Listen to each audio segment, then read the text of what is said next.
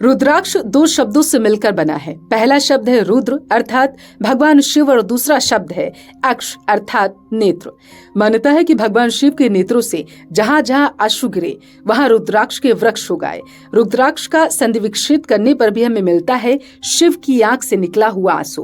रुद्राक्ष को सनातन धर्म में बेहद पवित्र माना गया। शिव की आराधना करने के लिए और भगवान शिव को जानने समझने उनकी तपस्या करने के लिए शिव भक्त रुद्राक्ष को अपने पास जरूर रखते हैं। आइए आपको विस्तार से बताते हैं कि रुद्राक्ष का महत्व क्या है और इसकी उत्पत्ति आखिर कैसे हुई। रुद्राक्ष की कैसे हुई उत्पत्ति। पौराणिक कथाओं के अनुसार त्रिपुरासुर नामक दैत्य को अपनी शक्ति का बहुत घमंड था। इस वजह से उसने धरती लोक के साथ साथ देवलोक में भी हाहाकार मचा दिया। त्रिपुरासुर को कोई भी देवता या अस्त्र परास्त नहीं कर पा रहे थे, जिस वजह से वह सभी भोलेनाथ के पास अपनी प्रार्थना लेकर देव पहुंच गए। उन्होंने त्रिपुरासुर के आतंक से मुक्ति के लिए महादेव से विनती की, लेकिन सभी देवता जब कैलाश पर्वत पहुंचे उस समय भगवान शिव योग मुद्रा में अपने नेत्रों को बंद कर गहन तप में लीन थे। भगवान तपस्या में लीन थे और इस दौरान उस असुर ने धरती पर कोहराम मचा दिया। यह सब कुछ भगवान को योग निद्रा में महसूस होने लगा। जब भगवान शिव ने अपने नेत्र खोले तब उनकी आंखों से कुछ आंसू छलक कर धरती पर गिर गए। कहते हैं इन्हीं आंसुओं से रुद्राक्ष के वृक्ष का जन्म हुआ। जहां जहां भगवान शिव के आंसू गिरे वहां वहां रुद्राक्ष के वृक्ष उगाए। इसलिए रुद्राक्ष को भगवान शिव के तीसरे नेत्र के रूप में भी देखा जाता है और इसीलिए पूजा जाता है। रुद्राक्ष का अर्थ है शिव का प्रलयंकारी तीसरा नेत्र। इसके बाद भगवान शिव ने अपने त्रिशूल से राक्षस त्रिपुरासुर का वध कर पृथ्वी और देवलोक को उसके अत्याचार से मुक्त कराया। रुद्राक्ष के जन्म से जुड़ी एक और पौराणिक कथा। एक अन्य किंवदंती के अनुसार जब माता सती ने अग्नि में स्वयं को समाहित कर आत्मदाह किया तब महादेव अत्यंत विचलित हो उठे थे और उन्होंने माता सती के शरीर को गोद में उठाकर तीनों लोकों में विलाप किया था। इस दौरान भगवान शिव जिस स्थान से गुजरे वहां वहां उनके आंसू गिरते गए। जहां जहां भगवान शिव के आंसू गिरे वहां वहां रुद्राक्ष का वृक्ष का जन्म हुआ। उस वृक्ष में लगे फलों को रुद्राक्ष के नाम से जाना गया।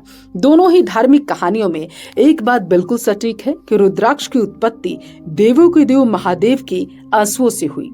कितने प्रकार के होते हैं रुद्राक्ष, जानिए इनका अद्भुत रहस्य। कहते हैं कि भगवान शिव के प्रिय रुद्राक्ष के 14 प्रकार हैं। इनमें से एक मुखी रुद्राक्ष को भगवान शिव का अंश माना गया और यही वजह है कि एक मुखी रुद्राक्ष भगवान शिव को अति प्रिय है। कहते हैं कि एक पेड़ में वैसे तो कई प्रकार के रुद्राक्ष होते हैं, लेकिन एक मुखी रुद्राक्ष पेड़ में एक ही लगता है। 2 मुखी रुद्राक्ष अर्धनारीश्वर, 3 मुखी रुद्राक्ष को अग्नि का स्वरूप माना गया, 4 मुखी रुद्राक्ष को ब्रह्म और 5 मुखी रुद्राक्ष को कालाग्नि और 6 मुखी रुद्राक्ष को कार्तिकेय का स्वरूप मानकर सनातन धर्म के लोग पूजते हैं। इसके साथ ही 7 मुखी रुद्राक्ष को कामदेव, 8 मुखी रुद्राक्ष को भगवान श्री गणेश, भगवान काल भैरव का स्वरूप माना गया। शास्त्रों में यह भी बताया गया है कि 9 मुखी रुद्राक्ष माँ भगवती शक्ति का स्वरूप है। 10 मुखी रुद्राक्ष 10 दिशाओं और यम का प्रतीक है। वहीं 11 मुखी रुद्राक्ष को साक्षात भगवान रुद्र का स्वरूप माना गया। 12 मुखी रुद्राक्ष सूर्य, अग्नि, तेज का प्रतीक है। 13 मुखी रुद्राक्ष को विजय और सफलता का प्रतीक माना गया। अंत में 14 मुखी रुद्राक्ष को भगवान शंकर का प्रतीक मानकर लोग पूजते हैं। जानिए रुद्राक्ष से जुड़े कुछ चमत्कारी रहस्य। सनातन धर्म में बताए गए रुद्राक्ष के महत्व पर अगर हम गौर करें तो हमें मिलता है कि जिस घर में रुद्राक्ष की पूजा की जाती है वहां सदैव माता लक्ष्मी अपना वास रखती हैं। साथ ही रुद्राक्ष धारण करने वाले व्यक्ति को दीर्घायु का आशीर्वाद मिलता है। इसके साथ ही रुद्राक्ष पहनने से मानसिक परेशानियां और दिल की बीमारियां दूर होती हैं। वैज्ञानिक दृष्टिकोण से भी रुद्राक्ष का महत्व बेहद ही माना गया। रुद्राक्ष धारण करने के क्या है नियम। रुद्राक्ष धारण करने वाले व्यक्ति को हर रोज भगवान शिव की आराधना करनी चाहिए।